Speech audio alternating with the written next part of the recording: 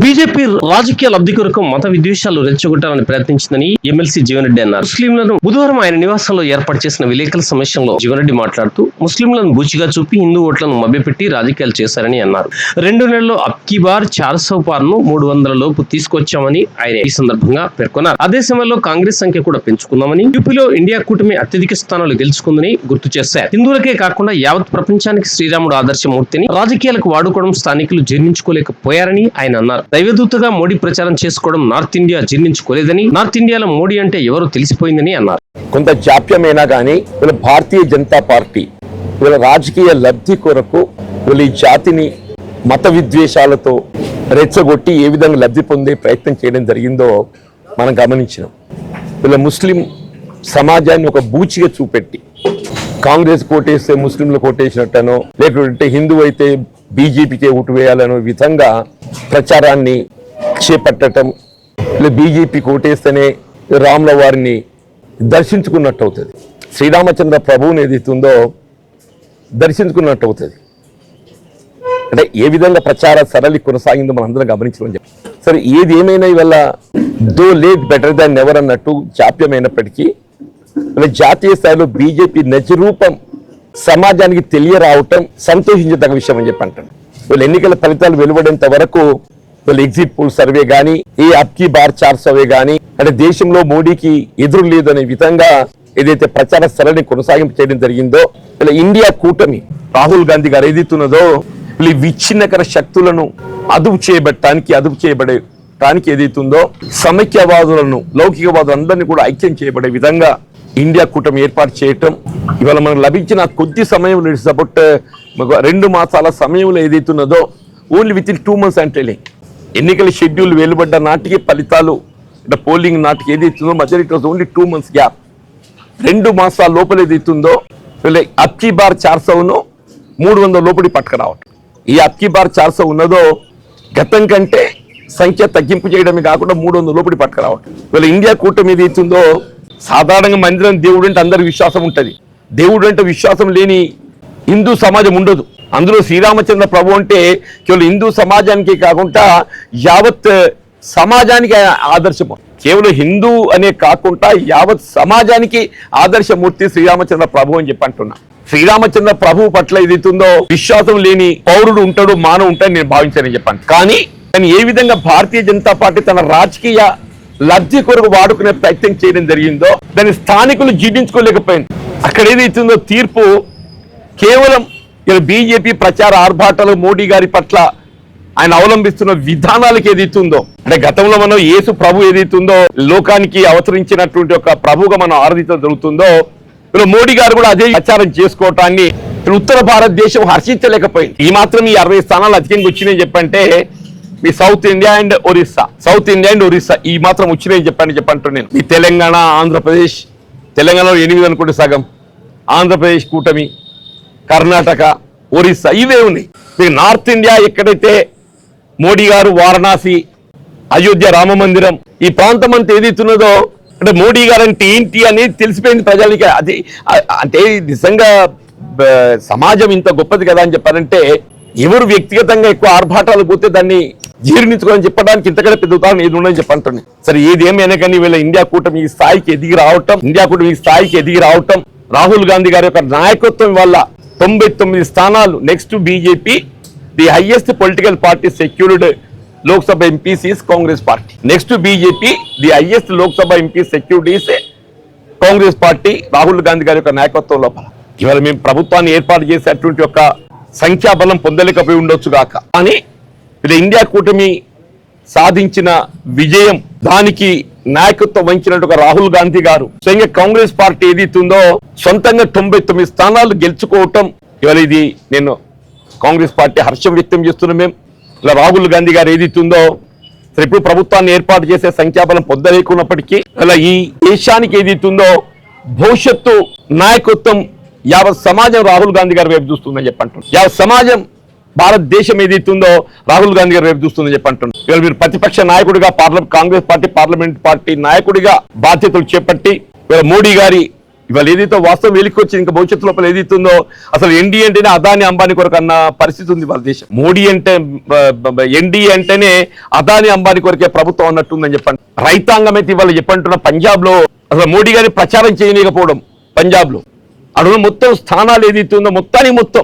ఆప్ కాంగ్రెస్ మిత్రపక్షాలు కొట్లాడుకునే తప్ప బీజేపీ ఉనికి లేదు అక్కడ. వాళ్ళు పోటీ చేసుకుని తప్ప ఏదైతుందో పంజాబ్ అంటే ఢిల్లీ సరిహద్దుల్లో ఉంటాయి చెప్పంటున్నారు. పంజాబ్ హర్యానా కూడా అధిక స్థానాలు గెలుచుకుందని చెప్పంటున్నాయి. అంటే రైతాంగం అనేది ఏదైతుందో వాళ్ళు మొత్తం దేశం లోపల రైతాంగం వీళ్ళ కనీసం మద్దతు ధరకు చట్టబద్ధత కల్పింప చేయబడలేకపోవడంతో వీళ్ళ మినిమం సపోర్ట్ ప్రైస్ కి ఏదైతుందో లీగల్ గ్యారంటీ లేకపోవడంతో ఏదైతుందో రైతు ఆందోళనకు గురి కావడం చెప్పంటున్నాయి. వీళ్ళు పెరుగుతున్నటువంటి ఒక పెట్టుబడులకు అనుగుణంగా కనీస మద్దతు ధర నింప చేయవలసిన బాధ్యత కేంద్ర ప్రభుత్వంపై ఉంటుంది. ఆ నింప చేసిన కనీస మద్దతు ధర కల్పింప చేయడం కూడా కేంద్ర ప్రభుత్వంపై ఉంటుందని చెప్పండి. ముఖ్యంగా వ్యవసాయంపై ఇవాళ దేశం ఆధారపడి ఉంది. అటువంటి రైతాంగాన్ని నిర్లక్ష్యం చేస్తున్న ధోరణి లోపల ఏదైతుందో ఈ తీర్పు వీళ్ళు మోడీ గారికి కొంత ఆయన బాధ్యత గుర్తు చేయబడే విధంగా కళ్ళు తెరిపిస్తామని చెప్పి ఆశిస్తున్నామని చెప్పండి. దానికి తోడు ఏదైతున్నదో ఇలా బీఆర్ఎస్ పార్టీ ఇలా శత్రు మిత్రుడు అన్నట్టు ప్రత్యర్థి మిత్రుడు అన్నట్టు ఇలా బీఆర్ఎస్ అనేది ఏదైతుందో స్వయంగా వారి ఉనికిని నిలబెట్టుకునే ప్రయత్నం చేయాలి. కానీ వాళ్ళ ఉనికి నిలబెట్టుకునే ప్రయత్నం చేయకుండా వాళ్ళ ప్రత్యర్థి వాళ్ళకి మిత్రుడు అనే విధంగా ఏ విధంగా వాళ్ళు గెలవడం కంటే కాంగ్రెస్ ని గెలవకుండా చూడటమే ప్రధానంగా వాళ్ళ లక్ష్యం ఎంచుకున్నారు. దీంతో వాళ్ళ బీజేపీకి అండగా నిలవటం వాస్తవంగా ఇది అందరి ముందు ఏమనుకున్నాం ట్రయాంగులర్ కంటెస్ట్ అనుకున్నాం. అందరి మీద ట్రయాంగులర్ కంటెస్ట్ అనుకున్నాం. చివరికి ఏమైపోయింది పోలింగ్ నాటికి ఇది ట్రయాంగులర్ కంటెస్ట్ కాదు, contest between Congress and BJP BRS together. ఏమైపోయిందంటే Congress versus BJP BRS together మిత్రపక్షం అయిపోయింది వాళ్ళు. ఇలా బీఆర్ఎస్ ఓటు అంతా ఏదైతుందో బీజేపీకి బదిలీ చేయాలి. ఏ విధంగా బదిలీ చేయాలి? ఇలా మా ఓటు శాతం కానీ మా ఓటు కానీ ఏదైతుందో మీరు 2023 శాసనసభ ఎన్నికల్లో పోలైన వివరాలను చూస్తే మేము అంతకన్నా మా ఓటు శాతం పెరిగింది. 23 అసెంబ్లీలో మాకు వచ్చిన ఓటు ఫిగరే కానీ శాతం కానీ రెండు కూడా పెరిగినాయి. బీజేపీ గెలుపుకు దోహదపడేవారు బీఆర్ఎస్. ఇది వాళ్ళ ఓటు ఏదైతుందో మతతత్వ శక్తులను అడ్డుకోవాల్సిన బాధ్యత వాళ్ళ మీద కూడా ఉంటుంది. మతతత్వ శక్తులను అడ్డుకోవాల్సిన బాధ్యత. కానీ ఆ విధంగా కాకుండా ఏదైతుందో వీళ్ళ ప్రత్యర్థిని కాంగ్రెస్ చూసి కాంగ్రెస్ రాకుండా చూడాలని వీళ్ళు బీజేపీ గెలుపుకు పరోక్షంగా దోహదపడ్డారని చెప్పండి. నేను దానికి ఒక చిన్న ఉదాహరణ కూడా చెప్తాను. అంతర్గామ ఎమ్మెల్యే గారి విలేజ్, ఎమ్మెల్యే గారి గ్రామంలో ఆయన పార్టీకి ఓటు ఎక్కువ తేవాలని ప్రయత్నం చేయడం సహజం. అది వాస్తవంగా ఆయన ఓటు ఎక్కువ తెచ్చుకునే ప్రయత్నం చేసిండు, పోల్ మేనేజ్మెంట్ చేసిండు. దాంతో ఏమైంది అక్కడ వచ్చిన ఓట్ల వివరాలు మీకు చెప్తాను నేను. కాంగ్రెస్ ఏదైతుందో మాకు 803 ఓట్లు వచ్చినాయి 4 బూత్లలో అక్కడ ఓటర్ కాలతో సహా 803 వచ్చినాయి మాకు. బీజేపీ 739 వచ్చింది, 730 బీజేపీకి వచ్చింది. మాకు 64 ఓట్లు అధికంగా వచ్చినాయి బీజేపీ కంటే. బీఆర్ఎస్ ఏదైతుందో 641 ఓటు వచ్చింది. బీఆర్ఎస్ 641 ఓటు వచ్చింది అక్కడ. వాళ్ళ యొక్క ప్రెషర్ పోల్ మేనేజ్మెంట్ తో ఏదైతుందో అక్కడ ఎట్లా చేసి బీఆర్ఎస్ మెజారిటీ తెచ్చుకోవాలనేటువంటి ఒక ఆలోచనతోని వాళ్ళు తీవ్ర ప్రయత్నం చేసి 641 ఓటు తెచ్చుకోగలిగిందా. అంటే ఇప్పుడు ఏమైపోయింది ఇక్కడ ఆల్మోస్ట్ ఒక 29% బీఆర్ఎస్కి వస్తే 32-33% బీజేపీకి వస్తే ఒక 40% కాంగ్రెస్కి వచ్చి. సపోజ్ ఈ 641 ఒక 100 ఓట్లకే పరిమితమై ఈ 500 ఓటు ఏదైతుందో బీజేపీకి బదిలీ అయితే ఏమైతే 500 400 వీళ్ళు 200 ఓట్లు తెచ్చుకుంటారు అనుకోవే నార్మల్ కోర్సు లోపల. 400 ఓట్లు ఎటు బదిలీ అవుతుంది? బీజేపీ బదిలీ అవుతుంది నార్మల్ అడిచే. అప్పుడు ఏమవుతుంది? 7 4 11 1200 అవుతుందా కాదా? మేము ఎక్కడ ఉంటాం? 800 కాడు ఉంటాం. మేము ఎక్కడ ఉంటాం? 800 కాడు ఉంటాం. అంటే అక్కడ ఓటును బీజేపీకి బదిలీ కాకుండా చూడటంతో ఏదైతున్నదో మా ఓటు మేము ఇంటాక్ట్ మేము తెచ్చుకోగలిగినాం, మేము మెజారిటీ ఉన్నాం అక్కడ. అంతర్గామలు ఆయన ఏ విధంగా అయితే అంతర్గామంలో ఓటు నిలబెట్టుకునే ప్రయత్నం చేసిండో బీఆర్ఎస్ పార్టీ, ఆ విధంగా అంతా నిలబెట్టుకుంటే జగిత్యాల 30,000 మెజార్టీ వస్తుంది. మాకు జగిత్యాల 30,000 మెజార్టీ వస్తుంది ఇవాళ. అంటే ఏంటి? ఆయన ఏఆర్ఎస్ ఉన్న ఓటును ఆయన ఎంచుకునే ప్రయత్నం చేయకుండా బీజేపీ బదలాయింపు చేసే ప్రయత్నం చేసి ఆ పర్యవసనంతో ఏదైతుందో ఇక్కడ మేము ఆశించిన మేము క్లారిటీ పొందలేకపోయాం. ది రీజన్ అంటే నేను క్యాలిక్యులేషన్ చెప్తున్నాను.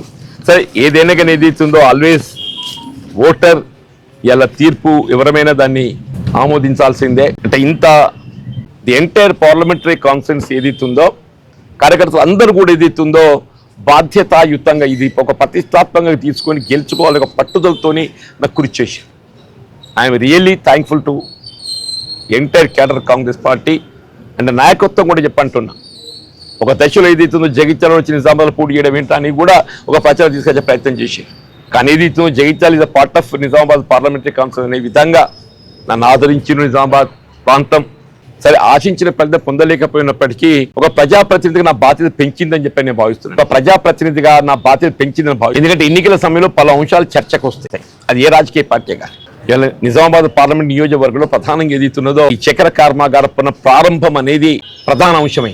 ఇవాళ రాష్ట్రంలో కాంగ్రెస్ పార్టీ ప్రభుత్వం అధికారంలో ఉన్నది. తప్పకుండా ఏదైతుందో మొన్నటి శాసనసభే కానీ ఈ పార్లమెంట్ ఎన్నికలు కూడా ఆశించిన ఫలితం పొందలేకపోయినప్పటికీ రాష్ట్రంలో కాంగ్రెస్ ప్రభుత్వం అధికారం ఉన్నది కాబట్టి, ఈ రైతాంగానికి సంబంధించిన అంశం కాబట్టి ఈ చక్కెర కర్మాగార పునఃప్రారంభం చేయబడే విధంగా గౌరవ ముఖ్యమంత్రి గారు ఆల్రెడీ వారు ప్రకటన చేసిండ్రు, విశ్వాసం ప్రకటించిండ్రు. తప్పకుండా పునఃప్రారంభం చేయడానికి సాధ్యమంత తొందరలో ఇది కార్యరూపం దాల్చబడే విధంగా చర్యలు చేపట్టబడుతుందని చెప్పని పేర్కొంటున్నాను. టిల్ మై లాస్ట్ బ్రెత్, ఆ చివరి శ్వాస వరకు ఏదైతే ఉందో నేను ప్రజా జీవితం కొనసాగుతా. ఏ స్థాయి హోదా అనేది ప్రధానం కాదు, అది రాసుకో. ఏ స్థాయి ఏ హోదా అనేది ప్రధానం కాదు. నాకున్నటువంటి సుదీర్ఘ అనుభవంతో ఏదైతే ఉందో నా చివరి శ్వాస వరకు, నేను మునగ చెప్పిన మీటింగ్లో కూడా, నేను మంచంలో వండైనా కానీ టెలిఫోన్లో అయినా కానీ ప్రజలకు సేవ చేసే ప్రయత్నం చేస్తానని చెప్పాను. ఓటమి నాకు బాధ్యత పెంచింది అనుకుంటా, కానీ ఏదైతుందో నన్ను నైరాశ్యానికి లోన్ చేస్తానని చెప్పి నేను భావించాను. ఓటమి నా బాధ్యతను పెంచిందని చెప్పి అనుకుంటాను. నేను నన్ను నైరాశ్యాన్ని లోన్ చేస్తానని చెప్పి భావించాను. నేను ఏదైతుందో పదవి హోదా అనేది ప్రధానంగా పదవి హోదా అనేది నేను ఆశించిన పదవి పొందలేకపోవచ్చు కాక, శాసన మండలి ఇంకా 9 మాసాలు ఉంది. నాకు శాసన మండలి ఇంకా 9 మాసాలు ఉన్నది. 9 months నేను శాసన మండలి సభ్యుడిగానే ఉంటాను, నేను కొనసాగుతాను. ఇది నా తదుపరి ఏదైతే ఉందో నాకున్న అనుభవం నాకు తోడుంటుంది, ఆ అనుభవంతో ఏదైతే ఉందో నా జీవిత కాలం ఏదైతే ఉన్నదో నా తుది శ్వాస వరకు ప్రజాక్షేత్రంలో ప్రజా సేవలో కొనసాగుతాను. అది please take a note of it. అంటే వీడు పారిపోతా అని చెప్పి అనుకో, ఓటు ఎత్తని ఉంటా, ఓటు వేయకుండా ఉన్నాను అనుకో. ఒకటి ఏంటంటే డెఫినెట్గా నేను ఆశించిన ఫలితం పొందడంలో బాధ కలుగుద్ది. డెఫినెట్లీ నాకు జగిత్యాల అటువంటి ఏదైతుందో ఇవాళ ఇక్కడ ఏమైంది అని అంటే నేను స్థానికుని అనే భావనతోని నేను నిజామాబాద్ పార్లమెంట్ స్థానాన్ని కోరుకొని ఇక్కడ పోటీకి వచ్చింది. వాస్తవంగా పార్టీ కరీంనగర్ పోటీ చేయాలని చెప్పి నాకు సూచన చేసింది, నా మీద ఒత్తిడి తెచ్చింది. మీకు అందరూ నేను చేస్తే నాకు అవకాశం ఇస్తే నేను నిజామాబాద్కి వెళ్ళి చేస్తే, ఎందుకంటే నాకు జగిత్యాల నా స్థానికత, నేను ఇక్కడికి వెళ్ళి చేస్తే నా ప్రజలకు సేవ చేసిన అవకాశం నాకు లభిస్తుంది. సరే, ఇక్కడ ఆశ్చర్య ఫలితం పొందలేకపోవడానికి కారణం ఏంటి? దేవుని తీసుకొచ్చి నాకు ఎదురుగా పెట్టేసి, దేవుడి ముందు మనిషి ఎంత తలగాల్సిందే కదా. దేవుడి ముందు మనిషి ఎంత అని చెప్పి అంటాను. నేను ఒక మానవుని, ఒక మనిషిని చెప్పంటాను. నేను ఎంత గొప్పగా భావించినా కానీ దేవుని తెచ్చి అడ్డం పెట్టిన తల వంచాల్సి వస్తుంది, వంచాల్సి అంతే తప్ప దాన్ని మనము కొంత అనిపిస్తుంది ఆచరణ ఫలితం పొందలేను అంతే తప్ప. బట్ అదర్వైజ్ ఇప్పుడు ఎన్నిక ఏ విధంగా జరిగింది అనేది మనకు అందరు తెలుసు. నేను స్థానికత ప్రాతిపదికన ముందుకు పోయిన, నేను స్థానికత కంటే ఏదైతున్నదో మోడీ గారు ఎక్కువ కనబడ్డారు. మోడీ గారు 2 కనబడ్డాయి. ఆడ జాతీయత చూపెట్టే ప్రయత్నం చేసిండ్రు, నేషనాలిటీ. ఇంకోటి దేవుని చూపెట్టే ప్రయత్నం చేసి, స్థానికత కంటే ఎనీడే నీకు జాతీయత అనేది, నేషనాలిటీ టేక్స్ ప్రియారిటీ.